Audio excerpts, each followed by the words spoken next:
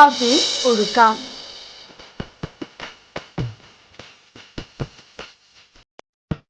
উৰুকা বুলি ক'লেই যেন মাছৰ কথা মনলৈ আহে।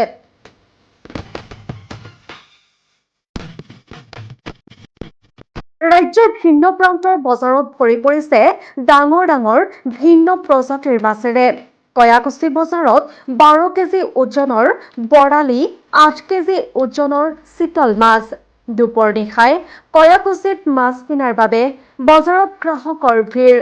কোনোবাই যদি কিনিছে চিতল, আন এজনে কিনিছে ভকুৱা।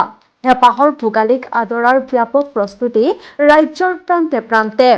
উৰুকাৰ নিশা পৰিয়ালৰ সকলোৱে মিলি মাছে মঙহে এসাঁজ খোৱাৰ আনন্দত আত্মহাৰা হৈ পৰিছে সকলোতে।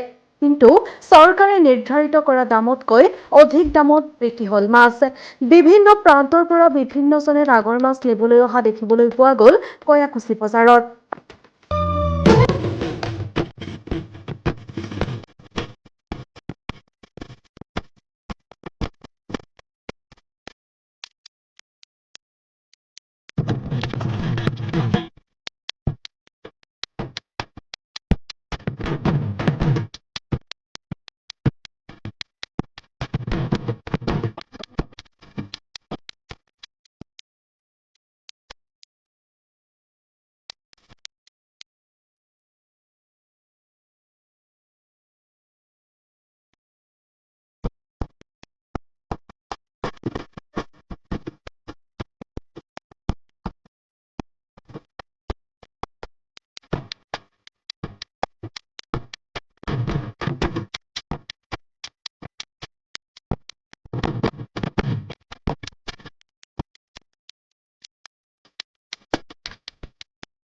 বজালিৰ পৰা অখেন্দ্ৰ তালুকদাৰৰ ৰিপৰ্ট, আছাম 15।